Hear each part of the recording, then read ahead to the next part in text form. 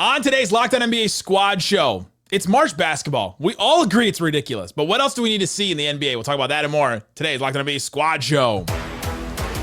Welcome, Locked On NBA squad show. My name is Nick Angstead, host of the Locked On Mavericks podcast. This is the squad show. We take over the feed of your favorite Locked On show. It's an open invite for any host across the entire NBA today to talk about anything you want in the NBA. Today's episode is brought to you by Game Time. Download the Game Time app, create an account, use the code LOCKEDONNBA for $20 off your first purchase. Joining me, all in black shirts today. We all got the memo. From Locked On Thunder, Rylan Stiles, Locked On Nuggets, Ryan Blackbird, Locked On Cavs, Danny Cunningham, Locked On Heat, Wes Goldberg, and the enemy of the pod, Mike Richmond.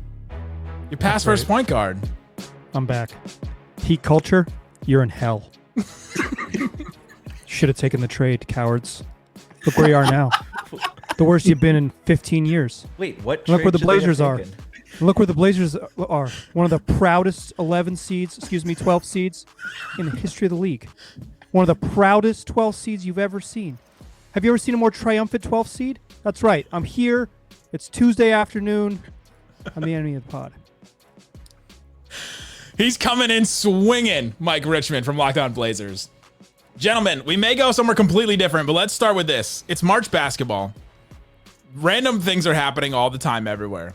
What else do we need to see? Could be from your team, could be from something else in the NBA. What else do you need to see before we start these playoffs? Or are we just like running out the clock right now? We're running out the clock. Ain't no way any of this matters ever at all at this point. We got to I'm pulling the Matt Moore of this podcast. we are eliminating March basketball. Apparently, Danny, the Cavs are now like panicking because they had a 4-game losing streak. Like, no, there are Cavs fans panicking. I don't think the Cavs themselves are actually panicking. I think the Cavs themselves are fine. I remember, Cavs fans are panicking. I remember all the way back, like two years ago when the Nuggets won a championship, when they went on a 4-game losing streak in March, and everybody's just losing their minds, and it was not a big deal because Denver went 16-4 in the playoffs. You guys are going to be fine. Cavs, Thunder, you're going to be good. Yeah, I'm still watching for, we don't have a representative, but John Morant. In the month of March, Mickey Mouse March, he's played in only 6 games, but he's averaging 34 points. 31 points, I should say. 31 points. If he can continue this trend into the playoffs, it makes Memphis a bit more feisty. That could have implications. Yeah, if we could just stick in the West, I think there's some teams right now in the play-in mix that could creep up into that 6th seed. Steph Curry questionable for Tuesday night. When is he going to come back for the Warriors? But they're kind of barely hanging on to the 6th seed. I think if you're looking for something from Golden State, it's like, okay, can you beat a good team? Like, I'm not trying to take away from the wins that they have since getting Jimmy Butler, but like they might be the most matchup dependent team in the Western Conference playoffs here, and to see them kind of put some good wins together could be helpful. But that's kind of just based on their schedule more than anything. But then you look behind them, Minnesota, the Clippers. For the Clippers, can Kawhi Leonard finish out the season healthy? And is he going to be available for the playoffs? Because if that's the case, the way that Kawhi has been playing lately, the way that Zubac has been playing lately, this is a team that could potentially upset somebody or make some noise or make some team uncomfortable depending on how these seeds break out. So I think there's plenty of things still to watch when you kind of get into that mix in the Western Conference. So for me, I think it's the Lakers because I think really in both conferences, like I know who just about every team is except for Los Angeles because we've not seen enough of what LeBron and Luka look like next to each other on the floor. I've seen enough. We don't know. You have, but the basketball world personally, me as a person, I've seen enough. But they're kind of the only team for me that's like, okay, could they pull an upset of a higher seeded team? Could they beat OKC? I don't know. Could they lose to a team in the play-in right now? I don't know. Like, that's the only team. I think every other team out west, I have my list. It's just like, I trust them or I don't trust them. They could pull an upset. They're going to get upset. And then it's the Lakers just floating around in Nowhereville because I still need to see more from that duo. What would you need to see from them to make you feel better in the regular season about what it would look like in the playoffs? I need to see them have more time on the floor together. I need to see what it looks like when they're in close games, high leverage situations. And maybe you're not going to see that in the regular season with one guy in LeBron who has been there and done that, and a guy in Luka who, we know what he is individually. So maybe you don't get that until the postseason, but I need to see how they close out games. What does that dynamic look like when a game is on the line and you've got two of the, however many you want, wherever you want to put Luka, just like two of the name your number best offensive players in the history of the sport. What does that look like? That's the thing I don't have the answer to right now. That defense too. They've been the 7th defense since the trade. Like, I just don't know if I believe in that defense to hold that up. Yeah, maybe it's LeBron, a rejuvenated LeBron who decided to play defense again because he's excited about the team. And then you got Vando and Dorian Finney-Smith. Like, that combo of wings like that can make you a really good defense. But is that gonna hold up? They can do it for a month, but can they do it for a couple months, a season? That's the thing for the Lakers I'm looking at. And against the best offensive teams in the league, 4 times out of 7, right? It's like there are some teams they can beat for sure, but I can they guard at the highest levels in the playoffs? The thing I'm watching in March is that one team in the Northwest still cares. You guys think March basketball doesn't matter, but tonight the Phoenix Suns, the desperate Phoenix Suns, are going to play. I guess it's already happened, but when this comes out, but the Suns and Bucks played. The Bucks without Damian Lillard, very familiar to the Miami Heat, and they. This is a meaningful game for Portland. They will watch 2 teams that kind of need to win. Milwaukee kind of needs to win. Phoenix definitely needs to win. It's a meaningful game. If you just get farther enough down the standings, I know some of y'all are worried about championships, but you just look farther enough down the standings, there's meaningful games. You look too far down the standing, there's a bunch of BS. But if you can get right into the middle, I think there are meaningful games in March. Like Sacramento needs to hang on and not get and like they want to host the play-in games as opposed to be on the road for those playing games. Like there are meaningful games in the middle of the standings, I think, and you get that. I probably think there's less prove-it stuff for the really good teams or even the kind of good teams. The Mavs would be hosting a play-in game in the Eastern Conference right now. That's just want to make sure to point that out there. I'm sure it's never been pointed out before. They're famously better than the Miami Heat. What is going on? It's been one Western Conference show. And they're just like, let's just attack. They kick them while they're down. They win one game against the Hornets, and suddenly we can attack them again. We should attack Miami whenever possible. That's fine. We're used to it now. The Mavs are still trying to. Now. The Mavs are technically, as a team, still fighting for that 10th seed too, and they're still going for it. I mean, I guess the Mavs still have, if they have enough players, and if they don't have to forfeit any of these games the rest of the season, they could. But I think the point that we've all kind of made, and we've all kind of like skirted around it, is it's for the teams that have made trades. It's March basketball is to try and figure out if that team is viable, what those teams are. You have an Anthony Davis returning for the Mavericks. You have a Luka on the Lakers. You have a Jimmy Butler on the Warriors. Did any of those teams move enough to you guys to change how you felt about them? I think the Lakers, of course, like that's one where I've seen them up close and personal 3 times since that trade, and Luka and Austin Reeves, surprisingly, are just tremendous this season, and that dude's really figuring some stuff out. I think that they have enough personally. I don't know if they are like, it does remind me of the Mavericks last year where you make some seismic trades to sort of change the foundation and the belief of your squad and kind of fill in some gaps. I think they're going to be a challenge for any team that they play. I think I would pick the Lakers over the Nuggets right now fundamentally, which sucks because that's a really, really painful thing to have to admit after owning the Lakers in each of the previous couple of years. So it's going to be fascinating to see how they continue to break down. I think standings wise, the standings and the ultimate playoff brackets will shape a lot of how the Western Conference plays out. Everyone on the same page with Ryan? They'd pick the Lakers over the Nuggets?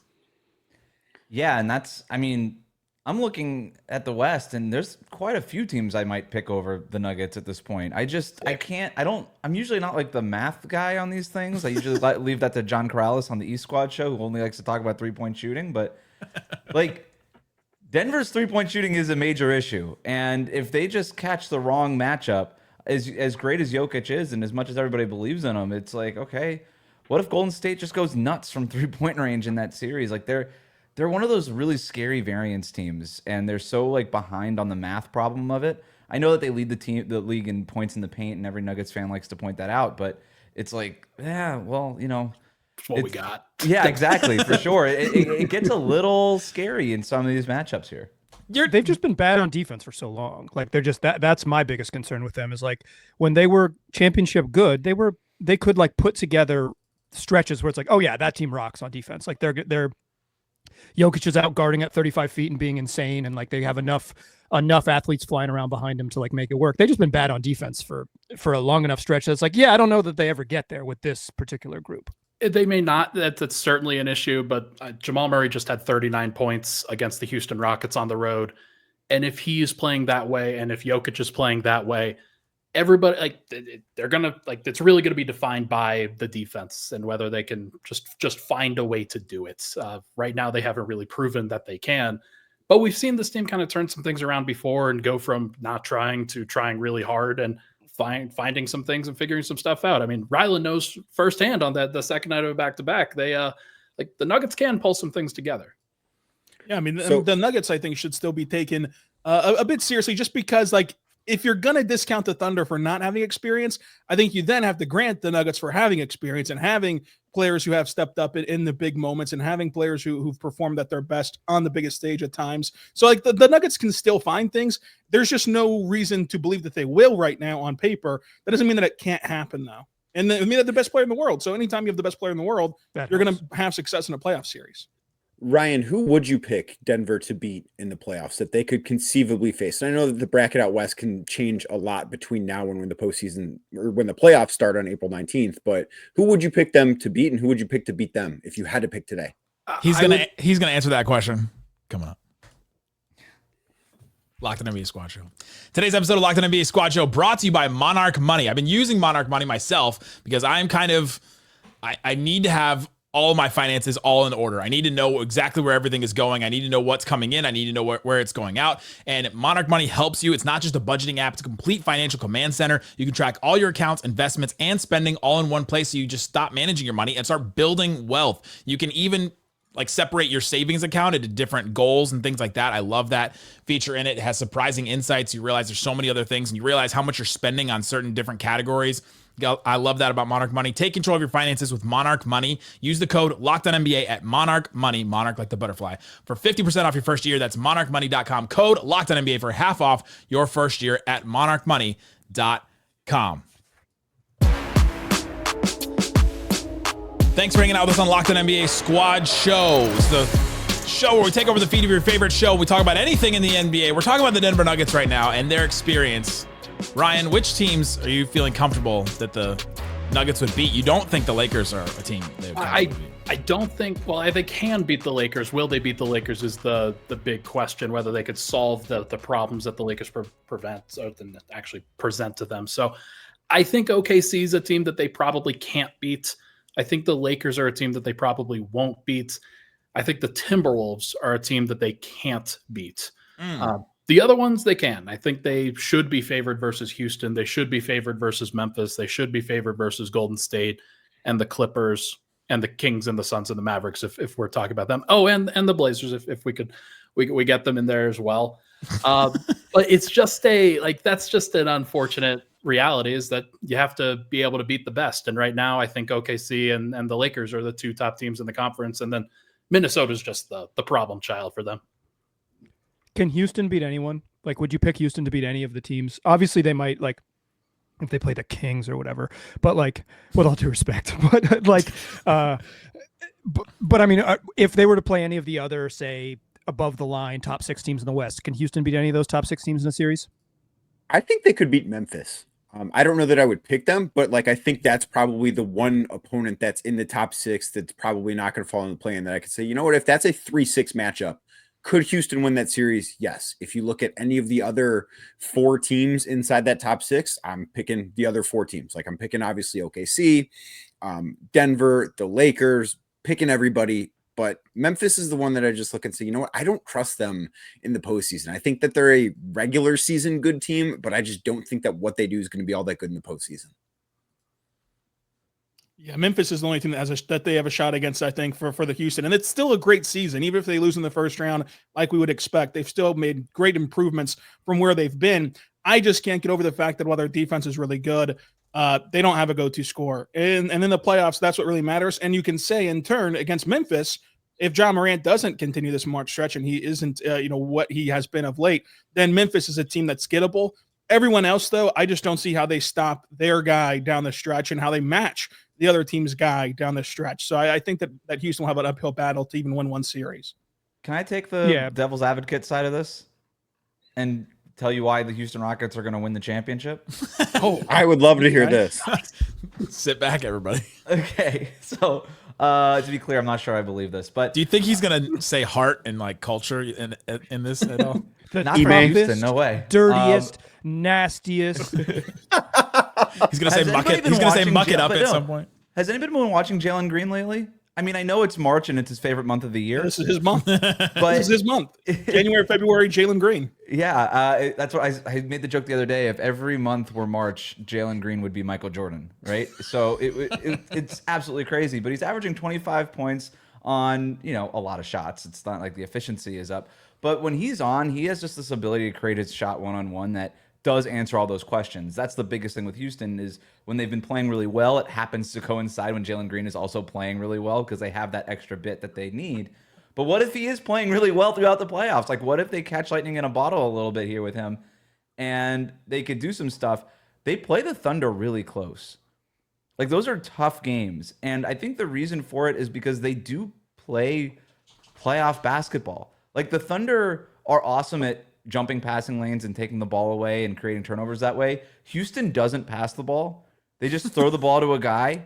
And that kind of eliminates Oklahoma City's like it kind of defangs the OKC defense a little bit in those matchups. But it's also how we've seen teams succeed in the playoffs, right? Just give it to a good player and let them sort of figure it out. They're also the best transition defense in the league, or one of them last time I checked. And Oklahoma City, and there's a lot of the Lakers, Memphis, there's a lot of teams in the Western Conference who thrive and rely on transition buckets, and they just do the best job in the league at preventing those transition buckets. So I don't know. We keep trying to say that the Rockets aren't anything to be taken seriously, but they're still number 2 in the Western Conference standings. They win a ton of games. They have a lot of depth. I don't believe anything of what I'm saying. I just wanted to point something out. Yeah, the Houston the Rockets. Thunder Their did go half-court- 3-1. The Rockets' half-court offense is worse than the Jazz. Yeah, I left that part out. What? They're 25th in half court But not when offense, Jalen and it's Green is almost playing like exclusively propped up by offensive rebounds. They cannot score. They Guys, cannot. Steven and Adams the had reason, 10 offensive rebounds on Sunday. Steven Adams Yeah. is the greatest player I've watched in my entire life. Like, yeah, he's Mason Plumlee would unbelievable. disagree. It was awesome to watch him last night. yeah. I mean, the reason they beat up OKC is because they are the thing they're best at is OKC's weakness. Is OKC says we just don't get defensive rebounds at the level of other really great teams, and they kind of punted on it. Mhm. And Houston is like, that's the thing we do best. Give me Shai Gilgeous-Alexander with 40 seconds left as opposed to Fred VanVleet or like Alperen Şengün from 19 feet. Like Everybody it's has just their preference. I get it. yeah. Yeah. I thought this was that's rings what's culture. figured Fred's out got a this ring. year. Come on. That's what's bared out over this season. I mean, the Rockets won one game against OKC. Fred VanVleet had 38 points in that game. Credit to him. If he does that 1 or 2 times in the playoffs, they can win those 2 games. But they can't do it 4 times before OKC gets to 4. And the Şengün stuff in the playoffs, we'll see how that looks, which could change the dynamics a bit. The Thunder now being healthy with Chet and Hartenstein, and now J-Will playing his best basketball of his life. We'll see if that can translate. But the Thunder have secured some of their front court issues, have shored them up a bit, and we'll just have to see. I don't think that they have a chance to beat OKC. I don't think they have a chance to beat anyone but Memphis. So, but maybe if Jalen Green just thinks that April's March, things can turn around for him. Just never show them a calendar. Don't even change the calendar in the Rockets facility. Yeah, always show them the calendar. It Just is make sure it March always says 47th. March 40. Hire that one dude from CBS to just tweet "This is March" at him all the time. Do we have is there a Rockets in the East? In terms All of of them? what, like a Yeah, team everyone that like wins can't that we win can't series. take I seriously? mean, everyone but Well, I Boston and mean, Cleveland. It's the Knicks, isn't it?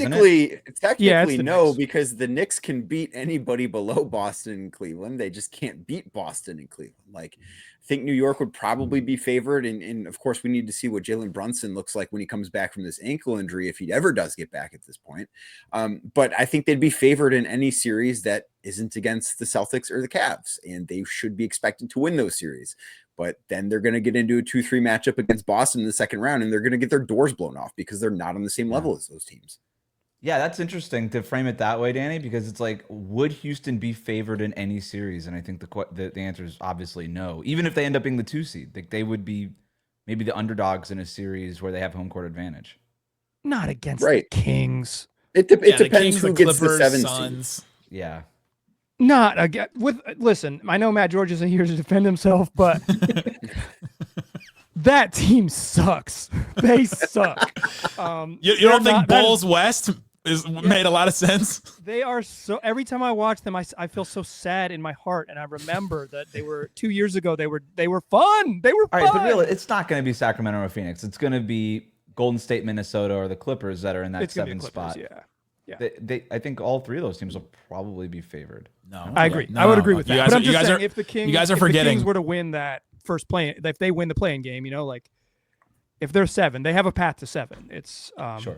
Famously reliable James Harden in the playoffs. There it is. You guys are forgetting Yeah. the first 10th seed to ever make it out of the play-in. Your Dallas Mavericks with Anthony Davis at the helm, Lively coming back, Gafford coming back. Right. Against Get all into the odds play-in and tournament to against do all that odds first. and against every suggestion from inside the organization and out, the Mavs are going for this.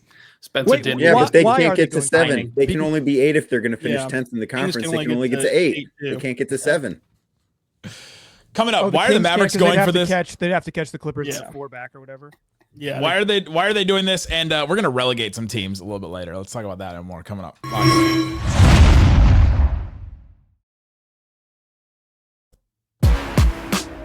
Thanks for hanging out on this Locked On NBA Squad Show. We've got a daily show that covers your favorite team. We mentioned Matt George, Locked On Kings. Mike Richmond, Locked On Blazers. A lot of those teams covered. None of the national shows cover any of those teams. Well, we're doing it every day, right, Mike? Yeah, I'm here. I've been here. I've been here. I've made like 1,000 shows before the Blazers have played a playoff game. So yeah, I've been around.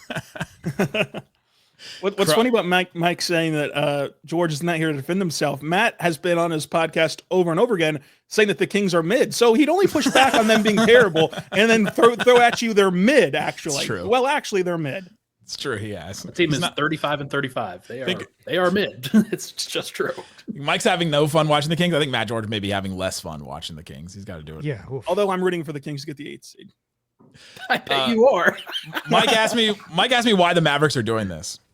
It's to save face, right? It's because Anthony Davis wants to play in front of Mavs fans and prove that he's alive. Anthony Davis is pushing for it. I think Nico Harrison secretly is just like, oh my God, can he just play and like show that this wasn't the worst trade of all time? Which I guess it's going to be anyway, but they just need something, right? And like the vibes are just so low right now. Like we're doing a live show on April 8th, the day before Luka comes back, and I have no idea what it's going to be like. Like it could be a funeral. It could be fun if we could just all be together, but like we're just gonna get a bunch of Mavs fans in a room, and I have no idea what's gonna happen. Like there could be fights. I would dress Nick how we're all dressed today for that live show. I'd also avoid an open bar at that event. Four Corners Brewery here in town.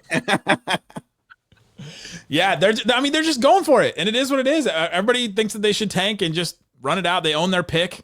They should just run out the clock. No Kyrie. There's just really no. The only thing that I've tried to make the case, I've tried to rationalize it.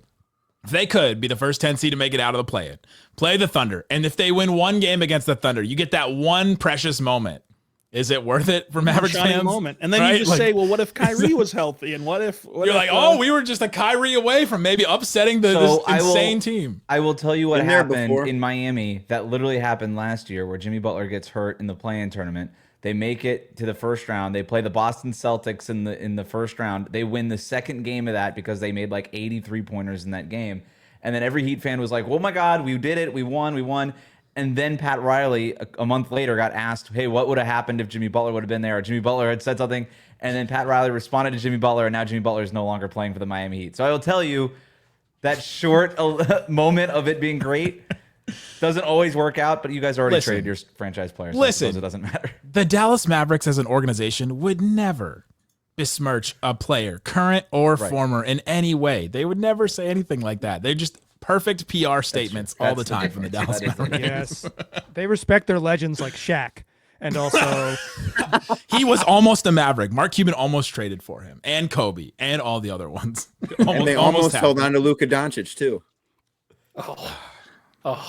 It doesn't hurt me anymore. It doesn't hurt. You can't hurt me anymore, Danny. it's gonna hurt you when Dodo has a really nice game. That one. like That one that's hurts me. it's gonna hurt when it's like when it's Dorian Finney-Smith just being a consummate role player on a team that makes the Western Conference Finals. Then I will listen to the show. There is still, I guess there's still a scenario where the Lakers get to 2. Well, I guess they can't play in the first round. There's no way the Mavs get to 8.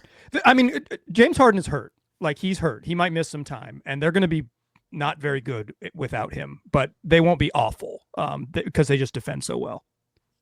Yeah. Let's relegate some teams. Who are you done with in the NBA? They need to sit out, and they need to go down to the championship. So we're going to do this for a year, right? They miss all of next season? Yeah, they're in the G League. The Sixers. That's a great one. That's a great one. They absolutely deserve it, man. You deserve to be 100% punished. agree with that. Yes. Sorry. Paul George podcasting from G League arenas next year. Oh my gosh, taking on the Birmingham Squadron, and he's out there doing a podcast on the Live floor. from Sioux Falls, whatever, Dakota. Would Tyrese Maxey average like 45 points? Okay. More than that. Shit. If you want to see Quentin Grimes be And really he would good, finally win a Yeah, championship. watch that's right. those games. And Okay. he would finally get his championship. Mike was about to say the Jazz. That's my answer. The Jazz. It's the Jazz. Because the Jazz have been Remember who we egregious. work for, fellas. That's all I'm going to say. I'm going to say, David, you know what you watch. You know what you saw. You saw it in March. You're going to see it in April. You're going to see it all next year too, bud. You know what you saw. Get him out of here. David, Next look into year the whites they of need Mike's to be in eyes. the top 8 to not give their pick to OKC. So Oh my gosh. Walker Kessler is still sitting out games. Like that dude is perfectly healthy. He's perfectly fine. He played on Sunday against the Cavs, and he may as well have not have played against No. the Cavs. Like, it was bad. Uh-oh. Walker Kessler has taken something like 33s over the last 5 games. Do we relegate a team that is choosing to be bad like the Jazz and doing what about the Charlotte? or should we choose a team that is just at that bad with the Wizards? Like, which one would you rather relegate? No, I think The Wizards are are organically doing it the right way. They are in the bottom part. They're at the beginning stages of their NBA team building life cycle. They are just supposed to be bad. I have no problem with the Wizards. It's just the way that things are. Teams like Toronto, Utah, like Philadelphia, these teams that are shutting their players down, relegated. That's how we stop tanking, guys. I can't believe an organization would stoop to that levels. It is disgusting. Yeah, I would never see something like that. Yeah, who would If I tank had to- even the last 2 games of a season ever? Like, who would If do I had that? to Isn't cover Charlotte 3 in year consecutive 8 seasons? of year 2 of their rebuild? Like, Yes. No, it what? feels How long have the Charlotte Hornets been a franchise? well, okay, that's Year another 47 of their rebuild, right? It's just sad to watch Gets the them. 47th day of March I for Jalen don't Green. actively watch them that often anymore because they there's just too many of these situations. The other one is like New Orleans at this point. Like, Yeah. there's it's not necessarily their fault unless they're actually going to start paying for a training staff that keeps their players healthy. They believe that their franchise is cursed. That probably should they be a have- jumping off point. They have a training staff. That group is just busy with the NFL team. Like they're just not available during a big chunk of the season. You can't blame them. They're working hard. Worked out really well for the Saints this year. Yeah, it's a tough seed. They are. There's so many teams that we could be relegating at this point. The other one is the Phoenix Suns. Like, they're in the play-in tournament right now, and they have no business being there. They have 2 All NBA players. Yeah, no business. Yeah, I hope. I mean, I hope they get what they deserve, which is not making the play-in. Like I hope freaking Anthony Davis comes back and plays 8 glorious games for the Mavs or whatever it is. I guess I should be saying Hardy too. what podcast do I host? What I meant to say. Can I take that again? Let's get that one clean. What I meant to say was, here come the Blazers. They are committed. You've never seen a team more committed to finishing 10th than Portland. This is a group that has really come together to finish 10th. The Mavs thought they were good. The Blazers didn't think they were good, and then they said, That's fair. 10th, you say? 10th? we could get 10th. If you've watched the last 3 weeks, I think you could say the Miami Heat have been committed to finishing 10th too. Whoa. Yeah, unfortunately, this was accidental. They really didn't. I think that's actually worse. Oh, Yeah, the Blazers are noble bad. This is a noble bad team. This is Right. I mean, they've been like whatever East playoff good for If 2 you months. guys want to but, like, relegate the Heat, I'm fine with it. I'm good. I'll just do national shows 5 days a week. I'm good not having to talk about this team if I'm good.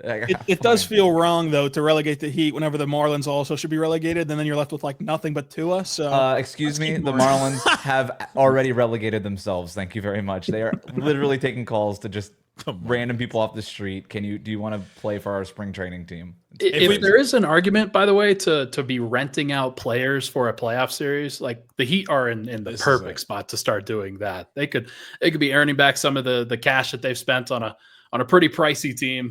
That could be who do you want? Something for Bam Adebayo. Can Tyrese Maxey be available? Oh yeah, is he actually hurt?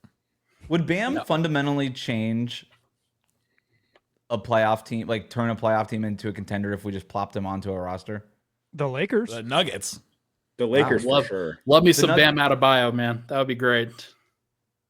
It would probably make the Lakers the favorites, though, right? yeah. Oh, I mean, I Luka think would make Bam Adebayo. Oh my god! And he'd provide Bam would some be like, semblance what, of an entry pass? interior This is defense. amazing. Not an entry pass. It's a gift at the basket. Right. Like, you tap it in. That's it. Like a Fisher Price rim. He made Jackson Hayes look like an all-star. Jackson Hayes is an all-star. went to the West Finals with Dwight Powell. So That's right. Dwight Powell was the starting center in 2022. Mm-hmm. There you go. Locked On NBA Squad Show. Check out the great shows from all these guys covering their show every day, 5 days a week, covering all the games all through March. We watch all the March basketball, guys. So you don't have to. The least you can do is watch all of our shows. Go check it out. Locked On NBA Squad Show. Thanks so much for hanging out with us.